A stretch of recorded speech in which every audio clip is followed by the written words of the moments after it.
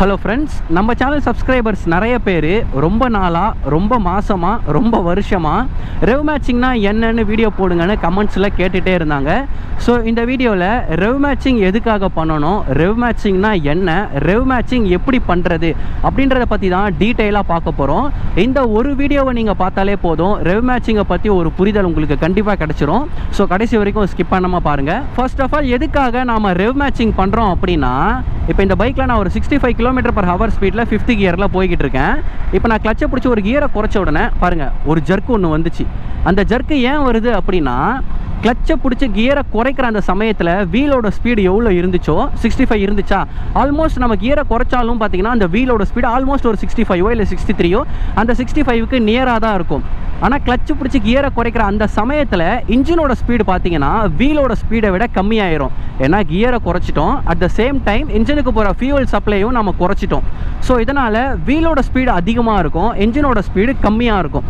அப்போ நம்ம கிளச்சை விடும்பொழுது வீலோட ஸ்பீடு அதிகமாக இருக்கிறதால அந்த வீல் ஸ்பீடு பார்த்தீங்கன்னா இன்ஜினை ட்ரைவ் பண்ண ஆரம்பிக்கும். ஏன்னா இன்ஜினோட ஸ்பீடு கம்மியாக இருக்குது. பேசிக்காக என்ன நடக்கும், இன்ஜின் தான் வீலை ட்ரைவ் பண்ணும், வீலை ரொட்டேட் பண்ண வைக்கும். ஆனால் வீலோட ஸ்பீடு அதிகமாக இருக்கிறதால அப்படியே ரிவர்ஸில் நடக்குது, வீல் வந்து இன்ஜினை ரொட்டேட் பண்ண வைக்குது. ஸோ இந்த ஒரு காரணத்தால் தான் கியரை குறைக்கும் பொழுது நமக்கு ஒரு ஜர்க்கு வருது. இந்த ஜர்க்கு சில நேரத்தில் நமக்கு கண்ட்ரோலை வந்து இழக்க வச்சிரும். அப்படி இல்லை நம்ம கார்னரிங்கில் கியரை குறைக்கிறோம், அதாவது வளைவுகளில் நம்ம கியரை குறைக்கிறோம் அப்படின்னா சம்டைம்ஸ் அந்த ஜர்க்கு பார்த்தீங்கன்னா வீல் லாக் ஆகி, அதாவது ரியர் வீல் பார்த்தீங்கன்னா ஒரு செகண்டுக்கு லாக் ஆகி நம்மளை ஸ்கிட் ஆகி கீழே விழ வச்சிரும். ஸோ இந்த பிரச்சனைகளெல்லாம் வந்து நம்ம வெளியே வரத்துக்காக தான் நம்ம ரெவ் மேட்சிங் அப்படின்ற ஒன்று பண்ணுறோம். சரி, அதெல்லாம் இருக்கட்டும். இந்த ரெவ் மேட்சிங் அப்படின்னா என்னென்னா, அதோட பேர்லேயே அதுக்கான பதில் இருக்குது, மேட்சிங். எதை மேட்ச் பண்ண போகிறோம், ரெவ் மேட்சிங். அப்போ ரெவ்ஸை மேட்ச் பண்ண போகிறோம். ரெவ்ஸ் அப்படின்றத ரெவல்யூஷன்ஸ்னு சொல்லுவாங்க. ரெவல்யூஷன்ஸை நாம் ரொட்டேஷன்ஸ்னு கூட சொல்லலாம். அப்போ ரொட்டேஷன்ஸை மேட்ச் பண்ண போகிறோம். எதோட ரொட்டேஷன்ஸை மேட்ச் பண்ண போகிறோம், வீலோட ஸ்பீடையும் என்ஜினோட ஸ்பீடையும் கியரை குறைச்சி கிளச்சை ரிலீஸ் பண்ணும்பொழுது மேட்ச் பண்ண போகிறோம். அதுக்கு பேர் தான் ரெவ் மேட்சிங். இன்னும் புரிகிற மாதிரி சொல்லணும்னா, இந்த பைக்கே எடுத்துக்கோங்க. இதில் நான் வந்து ஏறக்குறைய ஒரு 60 km/h ஸ்பீடில் போய்கிட்டு இருக்கேன் 4வது கியரில். 60 km/h ஸ்பீட் அப்படின்றது இந்த பைக்கோட வீலோட ஸ்பீடு. அப்போ இன்ஜினோட ஸ்பீடு எவ்வளோ அப்படின்னா ஏறக்குறைய 6000 RPM போய்கிட்டு இருக்கோம். RPM அப்படின்றது ரெவல்யூஷன்ஸ் பர் மினிட் அல்லது ரொட்டேஷன்ஸ் பர் மினிட்னு சொல்லுவாங்க. அதாவது இன்ஜினோட கிராங்க் ஷாஃப்ட்டு ஒரு நிமிஷத்துக்கு எவ்வளோ முறை சுற்றுது அப்படின்றது தான் நம்ம RPMனு சொல்லுவோம். அப்போ 4வது கியரில் இந்த பைக்கோட வீல் 60 km/h ஸ்பீடில் போகணும் அப்படின்னா இன்ஜினோட ஸ்பீடு பார்த்தீங்கன்னா 6000 RPM இருக்கணும். ஓகேவா? ஆனால் இதுவே இப்போ நான் கியரை ஏற்றுனா என்ன நடக்குது பாருங்கள். கியரை ஏற்றிட்டேன், அதே 60 km/h ஸ்பீடில் தான் போகிறேன். ஓகேவா? இப்போ இன்ஜினோட ஸ்பீடு எவ்வளோ, வெறும் 5000 RPM தான். அப்போ முன்னே இருந்ததை விட 1000 RPM பார்த்தீங்கன்னா இன்ஜின் ஏறக்குறைய கம்மியாக ரொட்டேட் ஆகுது. அப்போது இன்ஜின் இன்னுமே ஸ்ட்ரெயினே இல்லாமல் ஃப்ரீயாக ஸ்மூத்தாக போகுது. ஸோ ஒரு கியரை ஏற்றணும் அப்படின்னா இன்ஜினோட RPM நமக்கு இன்னும் கொஞ்சம் கம்மியாகும் சேம் ஸ்பீடுக்கு. அப்போ இன்ஜின் இன்னுமே ஸ்ட்ரெயின் இல்லாமல் போகுது. ஒருவேளை இப்போ நான் அகைன் வந்து 4th கியர் போகணும் அப்படின்னா என்ன ஆகும், இந்த 60 km/h ஸ்பீடுக்கு இன்ஜினோட RPM இன்னும் 1000 அதிகமாகணும், அதாவது 6000க்கு போகணும். பட் நம்ம கிளச்சை பிடிச்சி கியரை குறைக்கும் பொழுது அகைன் கிளச்சை ரிலீஸ் பண்ணும்பொழுது ஆட்டோமேட்டிக்காக இன்ஜின் 1000 RPM ஏற்றிக்குமா அப்படின்னா கிடையாது. வீல் தான் அதிகமான ஸ்பீடில் போய்கிட்டு இருக்கும், இன்ஜின் அந்த 4th கியருக்கு கம்மியான RPMல போயிட்டு இருக்கும். அப்போ வீல் என்ன பண்ணோன்னா இன்ஜினை ரொட்டேட் பண்ண ட்ரை பண்ணும், இதனால் நமக்கு ஜர்க்கு வரும். ஸோ இந்த ஜர்க்கை குறைக்கிறதுக்கு தான் நாம் வந்து ரெவ் மேட்சிங் பண்ணுறோம். அதாவது இன்ஜினால் அந்த 1000 RPM கியர் குறைக்கும் பொழுது ஏற்ற முடியாது, அதை நாம் பண்ணுறோம். அதை நாம் பண்ணி நாம் இன்ஜினுக்கு ஹெல்ப் பண்ணுறோம். உதாரணத்துக்கு சிம்பிளாக சொல்லணும்னா, இப்போ நம்ம கியரை குறைக்கும்போது என்ன பண்ணுவோம் பாருங்கள், 5th கியரில் இருக்கேன். கியரை குறைக்கும்போது என்ன பண்ணுவோம், கிளச்சை பிடிப்போம், கியரை குறைப்போம், கிளச்சை ரிலீஸ் பண்ணுவோம். ஸோ 3 ஸ்டெப்பு தான். ஆனால் ரெவ் மேட்சிங் பண்ணும்பொழுது 4 ஸ்டெப்பாக மாறும். கிளச்சை பிடிச்சி லைட்டாக பிளிப் பண்ணணும். பிளிப்புக்கும் ஆக்சிலரேஷனுக்கும் வித்தியாசம் இருக்குது. பிளிப் அப்படின்றது அப்படின்றது பிளிப்பு, ஆக்சிலரேஷன் அப்படின்றது ஆக்சிலரேஷன். ஸோ ரெவ் மேட்சிங் பண்ணணும்னா 4 ஸ்டெப்பு பண்ணணும். கிளச்சை பிடிக்கணும், பிளிப் பண்ணணும், ஒன்று பண்ணிவிட்டு கியரை குறைச்சி கிளச்சை ரிலீஸ் பண்ணணும்.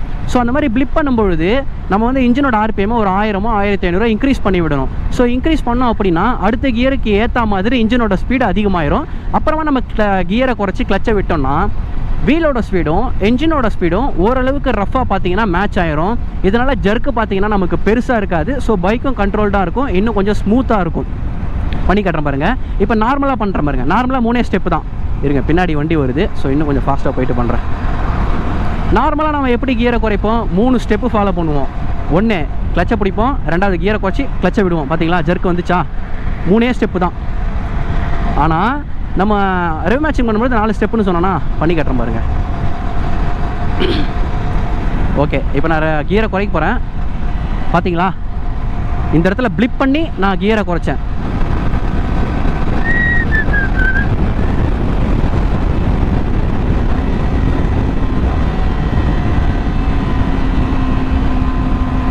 ஸோ எப்படி குறைச்சேன்னா, ஃபஸ்ட்டு ஸ்டெப்பு கிளச்சை பிடிச்சேன், 2வது ஸ்டெப்பு பிளிப் பண்ணேன், 3வது ஸ்டெப்பு கியரை குறைச்சேன், 4வது ஸ்டெப்பு கிளச்சை விட்டேன்.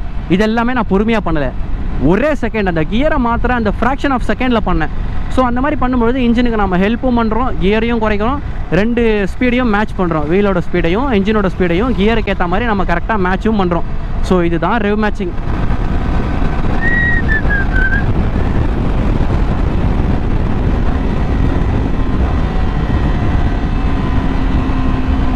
இன்னும் நீங்கள் சூப்பர் பைக்லாம் வச்சுருந்தீங்கன்னா அதை ஃபீல் பண்ணலாம். நீங்கள் வீடியோஸ்லாம் பார்த்துருப்பீங்க, ஓன்னு வந்துக்கிட்டே இருப்பான். இப்போ ஒரு இடத்துல நிறுத்த போகிறான்னா அப்படின்னு அந்த கியரை குறைப்பான். ஸோ அது கேட்கும்போதே வந்து நமக்கு ஒரு வேறு லெவல் ஃபீல் இருக்கும். இந்த ரெவ் மேட்சிங் ஆல்மோஸ்ட் எல்லா பைக்லேயும் பண்ணலாம். 100cc, 125cc, 150cc இந்த மாதிரி எல்லா பைக்லேயும் பண்ணலாம். ஸோ ரைடிங் எக்ஸ்பீரியன்ஸ் இன்னும் இம்ப்ரூவ் ஆகும். ரைடிங் வந்து நம்ம நல்லா ஸ்மூத்தாக ரைட் பண்ணுற மாதிரி இருக்கும். பட் என்னென்னா, உங்கள் பைக்கில் ஆர்பிஎம் மீட்டர் இருந்தால் இதை ரொம்ப ஈஸியாக பண்ணலாம். அண்டு கற்றுக்கிறதும் ஈஸி. ஆர்பிஎம் மீட்டர் இல்லை அப்படின்னா கொஞ்சம் வந்து உங்களுக்கு கஷ்டமாக இருக்கும். இன்னொன்று, நீங்கள் ரெவ் மேட்சிங் ப்ராக்டிஸ் பண்ணுறீங்க அப்படின்னா யாரும் இல்லாத இடமா போய் ப்ராக்டிஸ் பண்ணுங்கள். ஏன்னா அப்போ தான் வந்து நமக்கு சேஃபு. ரெவ் மேட்சிங் வந்து கொஞ்சம் ரிஸ்கியான ஒன்று. அண்ட் இதே மாதிரி இது ரிஸ்கியான ஒன்று அப்படின்றதால லோயர் கியரில் ட்ரை பண்ணாதீங்க. உங்கள் பைக்கோட ஹையர் கியரில் யாரும் இல்லாத இடத்துல ட்ரை பண்ணுங்கள். இப்போ உங்கள் பைக்கில் வந்து 5 கியர் இருக்குது அப்படின்னா 5 கியர்லேருந்து 4வது கியருக்கு வரும்போது ரெவ் மேட்சிங் பண்ணி ப்ராக்டிஸ் பண்ணுங்கள். அடுத்தது 3வது 2வது 1ன்னு போங்க. 6 கியர் இருக்குன்னா 6லேருந்து 5 அதே மாதிரி 1 வரைக்கும் ப்ராக்டிஸ் பண்ணுங்கள். ஸோ இந்த மாதிரி படிப்படியாக ப்ராக்டிஸ் பண்ணுங்கள். அண்டு முக்கியமாக ஸ்லிப்பர் கிளச் இருக்கிற பைக்குகளில் ரெவ் மேட்சிங் அவ்வளோவா பண்ண தேவையில்லை. ஆனால் அது நல்ல குவாலிட்டி ஸ்லிப்பர் கிளச்சாக இருக்கணும். சில கம்பெனிஸ்லாம் பேருக்கு தான் வந்து பைக்கில் ஸ்லிப்பர் கிளச் கொடுக்குறாங்க, அது அவ்வளோவா ஹெல்ப் பண்ணாது. ஸோ நல்ல குவாலிட்டி ஸ்லிப்பர் கிளச் இருக்குன்னா தேவையில்லை. ஸ்லிப்பர் கிளச் வந்து அவ்வளோவா இல்லை சரியாக ஒர்க் ஆக உங்களுக்கு ஃபீலே ஆகலை ஸ்லிப்பர் கிளச் இருக்கிற மாதிரி பைக்கில் அப்படின்னா நீங்கள் ரெவ் மேட்சிங் பண்ணுங்கள், ஒன்றும் பிரச்சனை இல்லை. அண்ட் நிறைய பேருக்கு ஒரு சந்தேகம் இருக்கும், ரெவ் மேட்சிங் பண்ணுறதால கியர் பாக்ஸ் எதனா டேமேஜ் ஆகுமா, இல்லை கிளச் பிளேட் எதனா தேயுமா, இல்லை இன்ஜினுக்கு எதனா ப்ராப்ளம் வருமா அப்படின்னு. அந்த மாதிரி எதுவுமே கிடையாது, தாராளமாக பண்ணலாம். ரெவ் மேட்சிங்கில் இருக்கிற ஒரே ஒரு பிரச்சனை என்ன தெரியுமா? மைலேஜ் குறையும். ஏன்னா கியரை குறைக்கும் பொழுது நம்ம பிளிப் பண்ணுறோம். பிளிப் பண்ணுறதுனா என்ன, இன்ஜினுக்கு பெட்ரோலை எக்ஸ்ட்ரா அனுப்புகிறோம். ஸோ அதனால் மைலேஜ் ட்ராப் ஆகும். அது எவ்வளோ ட்ராப் ஆகும்னா எக்ஸாக்டாக சொல்ல முடியாது. ஏன்னா பிளிப்புன்றது நம்ம கையில் கொடுக்குறது தான். ஸோ அது வந்து நீங்கள் எப்படி பண்ணுறீங்க, கரெக்டாக மெத்தடில் பண்ணுறீங்களா, ரொம்ப அதிகமாக பண்ணுறீங்களா, கம்மியாக பண்ணுறீங்களான்றதை டிபெண்ட் பண்ணியிருக்கு. ஓகே, இந்த வீடியோ மூலமா ரெவ் மேட்சிங் பற்றின ஒரு கம்ப்ளீட்டான புரிதல் உங்களுக்கு கிடச்சிருக்கும்னு நினைக்கிறேன். இன்கேஸ் ஏதாவது டவுட் இருந்ததுன்னா மறக்காமல் கமெண்ட்ஸில் கேளுங்க, உடனே ரீப்ளை பண்ணி தீர்த்து வைக்கிறேன். இந்த வீடியோ பிடிச்சிருந்தா like, share, comment and subscribe பண்ணி நம்ம MTN ஃபேமிலியில் ஜாயின் பண்ணிக்கோங்க. ஏன்னா இன்னுமே இன்ஸ்டாகிராமில் ஃபாலோ பண்ணாமல் இருந்தீங்கன்னா மறக்காமல் இன்ஸ்டாகிராமில் ஃபாலோ பண்ணிக்கோங்க. அடுத்து இன்னொரு யூஸ்ஃபுல்லான வீடியோஸில் உங்களை வந்து பார்க்குறேன். கர்மாவை எதிர்பார்க்காம உதவி செய்யுங்க. மற்ற எந்த விஷயத்தை செய்கிறதா இருந்தாலும் கர்மாவை எதிர்பார்த்து செய்யுங்க. Love you MTNs. நன்றி.